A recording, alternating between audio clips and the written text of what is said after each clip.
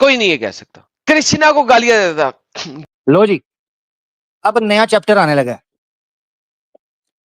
आगे सुनो जी, यहां से इंपॉर्टेंट बात शुरू होने लगी है। आपको पता है हमने कितनी बार इसकी ऑडियो चलाई थी और पब्लिक तक बार बार इस पैगाम को हमने पहुंचाया है कि इस यस्सु की कुत्ती ने सनातन धर्म के देवी देवताओं को नंगी मां बहन की गालियां निकाली, ब्लास्फेमी की।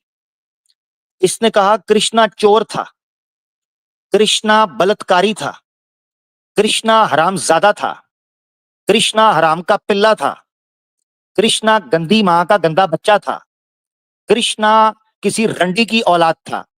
इसने बोला कि कृष्णा एक मां का दीना था।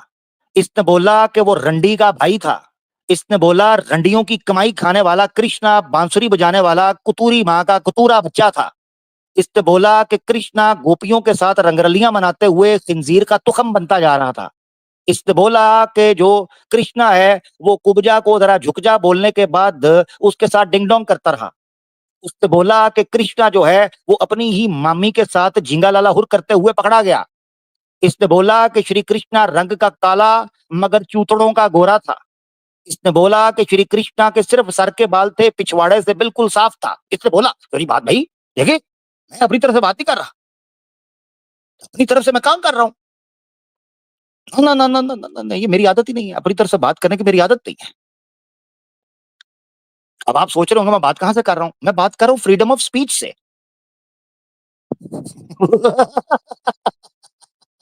अरे तुम्हारी मां का साकी नाका, उसी के बच्चों, तुम्हें लगता था ब्लास्फेमी करके चलता बनेंगे।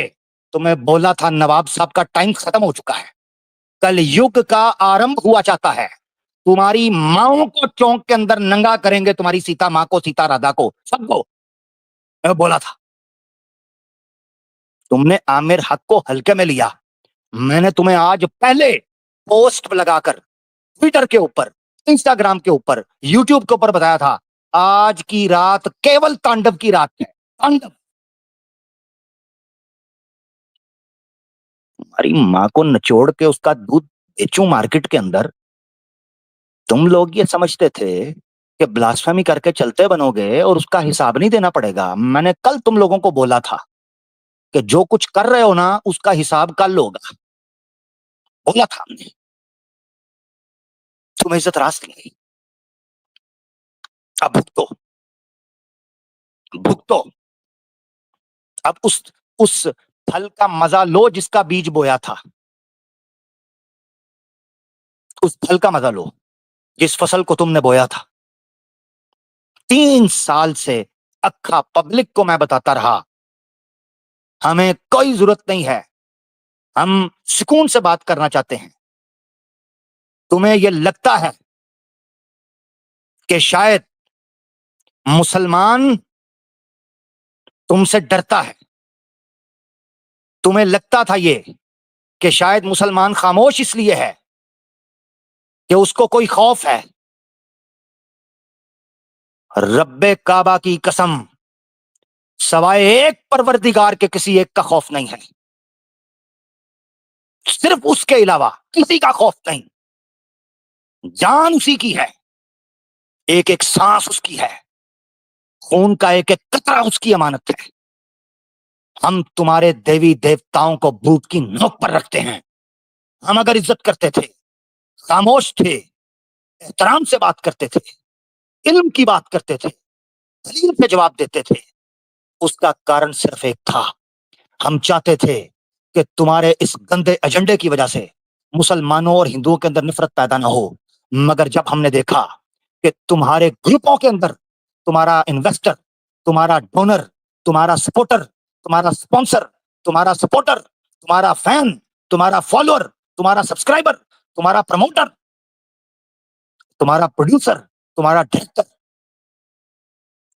और तुम्हारे बॉल्स खुजाने वाले, ये वही गोबर और मूत्र पीने वाली कौम के लोग हैं। तो फिर हमने कहा तुम भी लाइन में सीधे हो जाओ, तुम भी सीधे हो जाओ।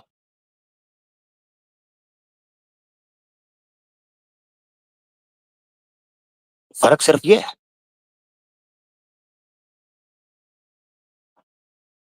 अब तो ये भूल जाओ कि जी मैं चैनल पे चला गया हूं तो जी ये कोई ना कहे कि मैं फलां चैनल पे, बिल्कुल नहीं गया तू, बिल्कुल नहीं गया।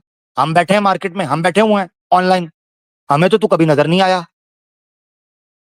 हम दे रहे हैं चैलेंज पब्लिक के अंदर, हमें तो तू कभी नजर नहीं आया है। ये लाइव पड़ा है जिस आगे। कृष्णा को मैं गालियां देता था हाँ अब सुने। अच्छा सॉरी, ये बताने लगा था, मैंने कितनी बार पब्लिक को बताया कि ये कृष्णा को ये कहता रहा, जो सारी बात मैंने बताई आपको। हमें सनातनी आके पता है क्या कहता था? हमें आके कहता था नहीं आमिर भाई वो आपने एडिटिंग की हुई है, एडम सीकर आपने एआई जनरेटेड वॉइस बनाई है, एडम सीकर ने तो कभी कृष्ण को गाली नहीं दी। लो सुन लो अपने मुंह से, इकरार भी आज सुन लो। लो फिर क्या याद करोगे, अभी सुन लो।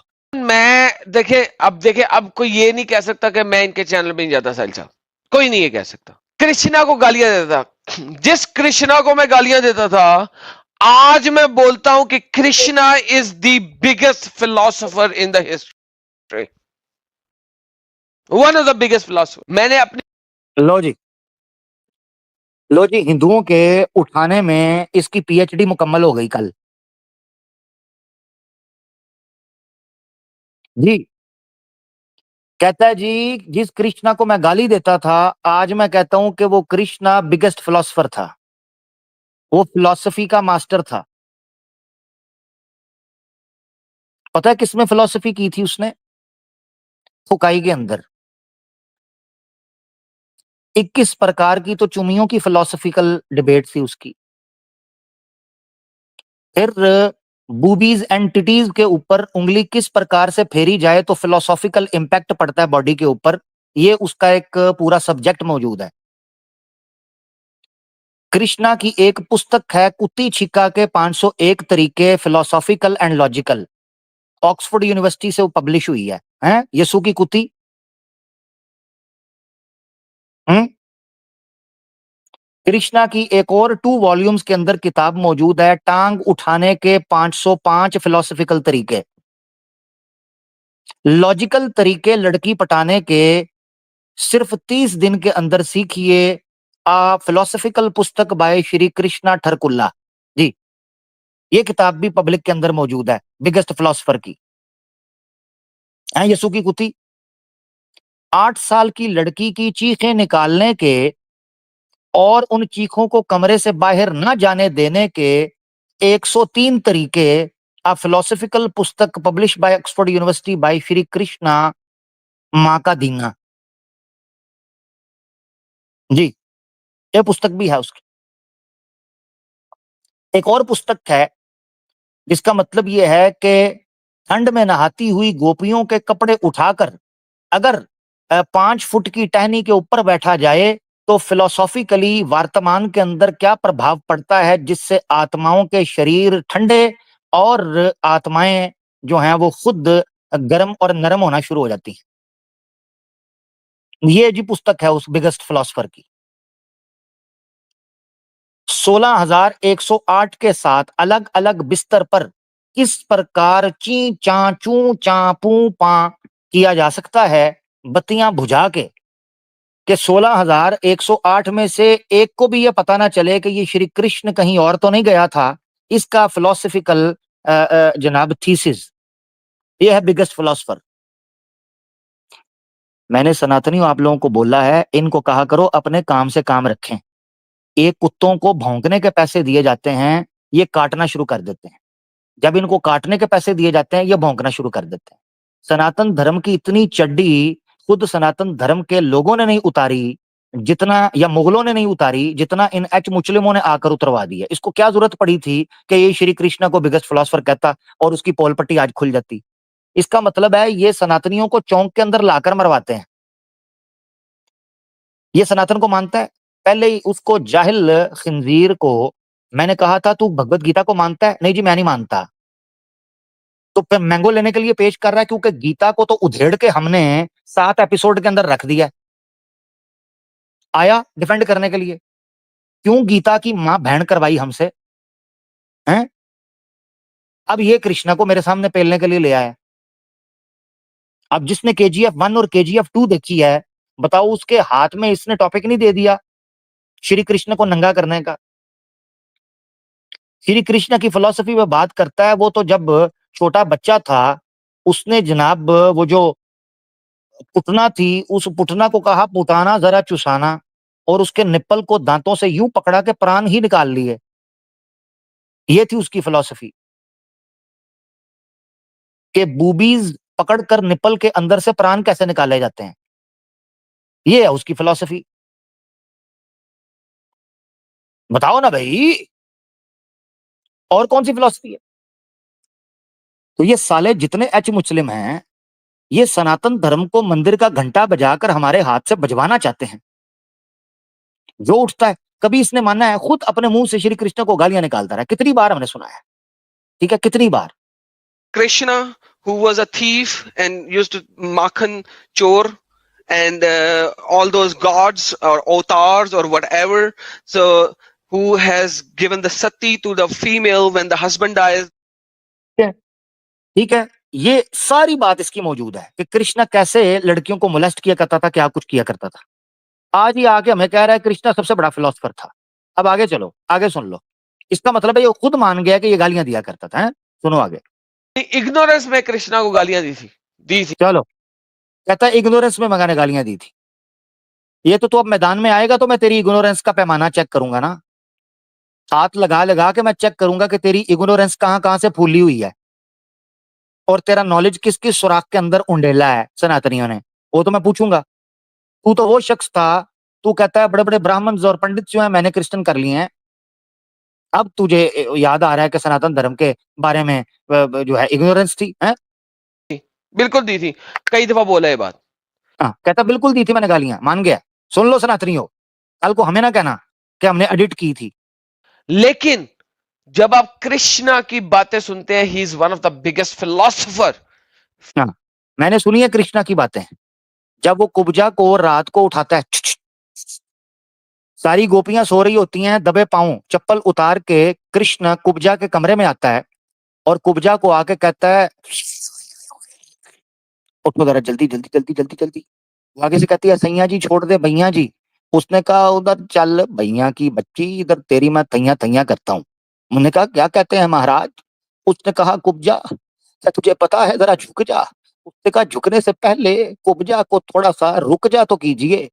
उसने कहा कुब्जा कान तो इधर ला। तो कुब्जा ने आगे से कहा कृष्णा जी ये कान नहीं है, ये बरबदन गाफ के साथ है।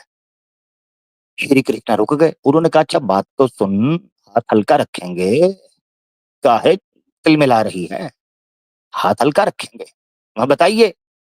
श्री कृष्ण ने कहा पिछले जन्म में तू शूर्पणखा थी जिसका नाक काट दिया था, आज तेरी यूं नहीं काटूंगा। उसने कहा प्रभु दया, घोर पाप अत्याचार अन्याय। लगा चुप कर अन्याय की बच्ची, चुप कर। अच्छा आप कौन थे जी श्री कृष्ण जी? जी पिछले जन्म के अंदर श्री राम था। तो उस समय शूर्पणखा के साथ तूने तूने हाइड एंड सीक खेली, जो इस जन्म के अंदर खेलने आ गया। बहुत बड़ा टपोरी और टुच्चा था श्री कृष्णा। यकीन करें उस वक्त का महाठरकी था, महाठरकी उस वक्त का श्री कृष्ण। बंद कमरे में लड़की को मैनिपुलेट कर गया, ये है इसकी फिलॉसफी। उस लड़की को नहीं पता, उसको कहता है तू पिछले जन्म में शूर्पणखा थी। वो आंखें फटी की फटी रह गई। उसने सोचा ये मुझे याद नहीं, इसको कैसे याद रह गया। कहता मैं राम था, तू शूर्पणखा थी। उसने कहा अच्छा अब? उसने कहा फिर कुब जा, जरा झुक जा। उफ। उसके बाद ब्रह्मा वैवर्त पुराण के अंदर लिखा हुआ है कि श्री कृष्ण ने इतना भयंकर, इतना हौलनाक और इतना वहशतनाक और इतना दर्दनाक और इतना खतरनाक और इतना अलमनाक और इतना लंबा नाक, हाय तौबा तौबा तौबा। श्री कृष्ण ने कुब्जा को जरा झुक जा कहने के बाद इस प्रकार पेला के मजे मजे में कुब्जा के प्राण निकल गए। कुब्जा मर गई, मर गई। ये ब्रह्म वैवर्त पुराण में लिखा हुआ है। ब्रह्म वैवर्त पुराण, श्री कृष्ण जन्म कांड लिखा हुआ है। श्री कृष्ण ने इतना सेक्स किया उसके साथ, इतना ठोका ठुकाई की और उसकी यूनी को यूं बजाया जैसे ड्रम का पहला पीस सबसे ज्यादा बजाया जाता है। ड्रम सेट होता है ना, उसका पहला जो स्टेप होता है वो सबसे ज्यादा बजाया जाता है, जो हाथ से भी बजाया जाता है और पांव से भी। श्री कृष्ण ने उसको ड्रम की तरह बजाया। और उसके बाद आप अंदाजा करें, ब्रह्म वैवर्त पुराण में लिखा है, जिसने देखना, भाई मैं अपनी तरफ से बात नहीं कर रहा, आवाज़े ऑफिशियल पे वीडियो पड़ी है, ओपनहाइमर एंड भगवत गीता का सच, अ कंट्रोवर्सी। ओपनहाइमर जो मूवी आई थी क्रिस्टोफर नोलन की, उसमें इन्होंने एक कंट्रोवर्सी उठाई थी कि भगवत गीता सेक्स के साथ करते हुए पढ़ी गई है।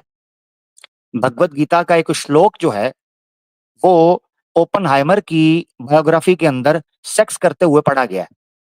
उस कंट्रोवर्सी को इन अंध भक्तों ने उठाकर ओपनहाइमर की बाइकआउट करना शुरू किया। देखिए, हम किसी भी मूवी को प्रमोट नहीं करते, मगर मतलब ये कहने, मैंने वहां पर ये पॉइंट उठाया था कि उल्लू के पट्ठो, जब इस्लाम के खिलाफ कोई मूवी आती है और उसमें ये गंदबला दिखाया जाता है, उस वक्त तो तुम हाउसफुल करते हो जाकर और पल्ले से लोगों को टिकटें खरीद खरीद कर देते हो कि जाके देखो।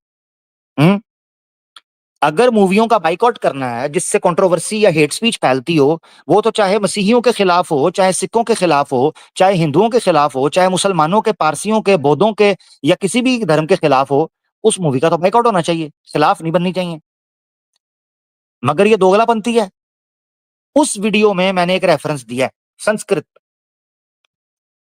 जिसमें साफ तौर पर लिखा हुआ है कि वीर्य, श्री कृष्ण ने अपना वीर्या कुब्जा के अंदर उंडेल दिया उस रात को। कुब्जा को जरा झुक जा कहकर इतने झटके मारे, उन झटकों से झटके खाता हुआ श्री कृष्ण का वीर्या नुचड़ नुचड़ के कुब्जा के कब्जे के अंदर गिरता रहा, और वो इतनी गीली और इतनी नीली और इतनी ढीली हो गई कि उसके शरीर से उसके प्राण निकल गए, उसे त्याग दिया। ये लिखा हुआ है जी। इसका एक और प्रमाण ये है कि श्रीमद् भागवतम में अपना ब्रह्म वैवर्त पुराण में ही जब श्री कृष्ण ने रुक्मिणी को विवाह करने के हवाले से बात की ना, तो रुक्मिणी का भाई था रुक्मी, उस भाई ने श्री कृष्ण से विवाह करने पर आपत्तियां उठाई। उन आपत्तियों के ऊपर रुक्मी ने एक आपत्ति ये उठाई थी कि इसने कुब्जा के साथ सेक्स करते हुए उसको मार दिया। जी, ये आपत्ति रुक्मी ने उठाई। इससे पता चलता है कि लोगों में ये बात मशहूर थी कि ये आदमी औरतों के साथ ये हरकतें कर कर उनको मार देता है। ये थी फिलॉसफी श्री कृष्ण की, ये फिलॉसफी थी। आज ये आकर हमारे साथ बड़बाजियां करता है, बकलोल। हम्म हमारे साथ हराम टोपियां करता है। एक मिनट जरा रुकना।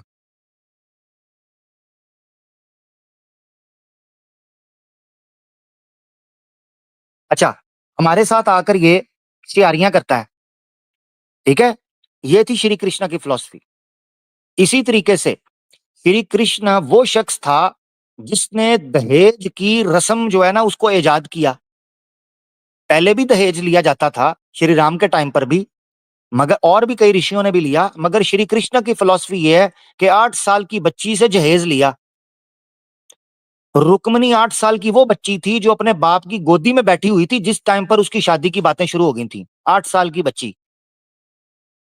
हाँ जी, ये श्रीमद् भागवतम के अंदर भी लिखा है और ब्रह्म वैवर्त पुराण के अंदर भी। ये फिलॉसफी है श्री कृष्ण की। लिखा हुआ है कि वो कुमारी और तरुण अवस्था जो है, यानी बालिग होने, यानी जो पीरियड आने से पहले की अवस्था के अंदर थी। तरुण अवस्था कहते हैं बचपन, और पीरियड आने से पहले का जो टाइम होता है लड़की का, यानी 5-6 साल से ऊपर निकलकर और 9-10 साल से पहले, यानी 7, 8 और 9, ये 3 साल मान लें आप, तरुण अवस्था। इसको संस्कृत के अंदर आप सर्च कर सकते हैं, श्रीमद् भागवतम के अंदर लिखा हुआ है तरुण अवस्था। उस अवस्था के अंदर थी रुक्मणी। और पता है श्री कृष्ण की फिलॉसफी क्या है?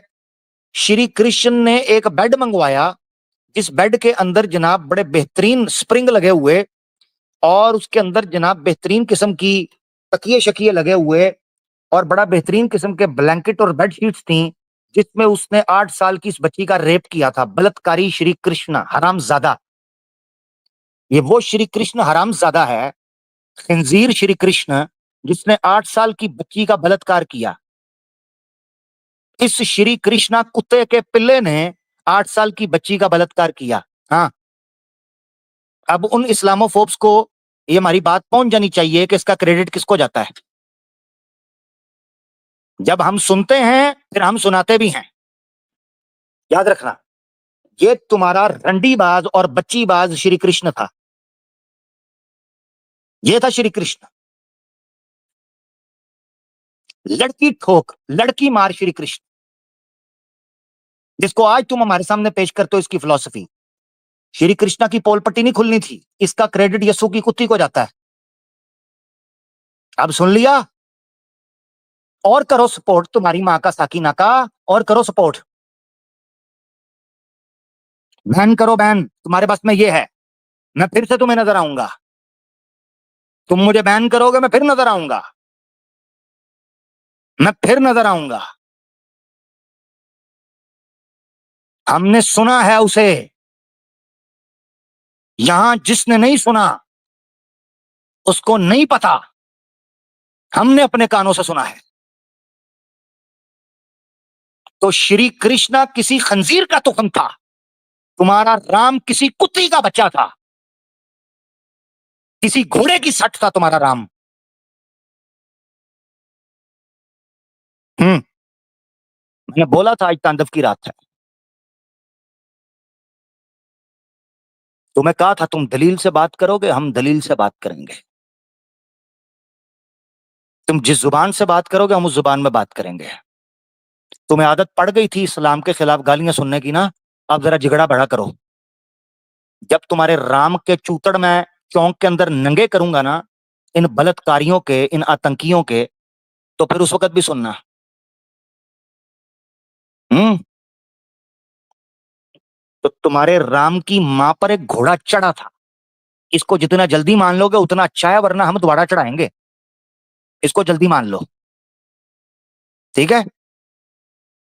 तो अब जितने सनातनी इस्लामोफोब्स जो इनके सपोर्टर हैं सुन रहे हैं ना, तो कान खोल के ये सब कुछ सुनो। आप जिगरा करो, जिगरा, ठीक है? ये हकीकत। आगे सुनो जी।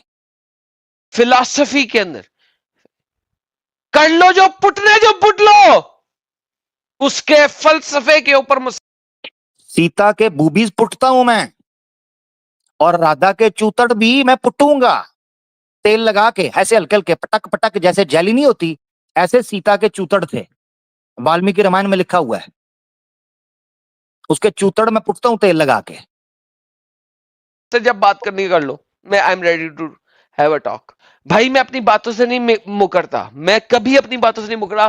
तुम लोग जब तक मेरी बात को बीच में से काट के शो करोगे तब तक वो गलत ही नजर आएगी, क्योंकि तुम लो जी, ये कहता है मैं रेडी हूं, ये कहता है मैं श्री कृष्ण वर्सेस मोहम्मद सल्लल्लाहु अलैहि वसल्लम करने के लिए रेडी हूं, ये बोला इसने, ठीक है ना? ये बोला इसने। आगे सुनते हैं। लोग पूरी वीडियो नहीं दिखाते। मैं आज भी कहता हूं, कल भी कहता था, मैंने पहले भी कहा था, काली के साथ मेरी स्पेशल दुश्मनी थी, जिसको हिंदू काली मां कहते हैं। लो जी, ये भी मान गया। तो अब हिंदू आके हमें कभी ये ना कहे कि ये एडिटेड वीडियो है, ठीक है ना? हमें नहीं कहना। मेरी स्पेशल दुश्मनी थी, लेकिन Kali was doing revenge of what happened upon her. हाँ जी, काली का डिफेंस हो रहा है कि काली रिवेंज में कर रही थी, तो अब मेरा भी डिफेंस कर, क्योंकि मैं भी रिवेंज में ही कर रहा हूं। आए हाय हाय, हुआ है फैसला खुद मुद्दई का हमारे हक में। जुलेखा ने किया पाकदामा माहे कनाआ को, अपने मुंह से बोल गया कि काली को पहले दुश्मनी करता था, अब काली का डिफेंस कर रहा है कि काली ने वो सब कुछ रिवेंज में किया था। काली ने सब कुछ डिफेंस में किया था, तो उस काली माता के इस काले ठोकू ने भी ये सारा कुछ डिफेंस में ही किया है। तुम्हारी काली माता का, ये तुम्हारा काला पिता जो ठोकू है, ये काला पिता तुम्हारा ठोकू काली माता का भी डिफेंस में ही कर रहा है। तुम्हारी काली को माता बनाने वाला तुम्हारा यही काला पिता है, वरना वो माता क्या इंटरनेट से बन गई थी, ब्लूटूथ से? उस काली को माता बनाने वाला तुम्हारा ये काला पिता ही है, जिसने उसको सब कुछ सिखाया। ये असुर है, ये असुर तुम्हारा बाप। तो मुझे काली पिता बोला करो। तुम्हारी काली माता है ना, तो ये तुम्हारा काली पिता है। तो अगर वो रिवेंज ले सकती है तो मैं भी रिवेंज ले सकता हूं। आप भाड़ में जाओ, और मैं भी वही कहूंगा, पुट लो जो मेरा पुटना है, पुट लो। तुम में से जिस किसी के अंदर दम है, मेरा राम पुट लो, और नीचे लटके हुए एक कृष्णा और एक लक्ष्मण, ये भी दोनों पुट लो। ये पुट लो मेरा राम पुट लो, और मेरा कृष्ण और लक्ष्मण भी पुट लो, जो नीचे दो लटक रहे हैं, ये भी पुट के ले जाओ। जो कर सकते हो कर लो, मैं भी रिवेंज ले रहा हूं। तुम्हारी ऐसी की तैसी जिस जुबान में तुम समझते हो, अब उसी में बात होगी। तुम्हें शायद ये जुबान समझ आती है।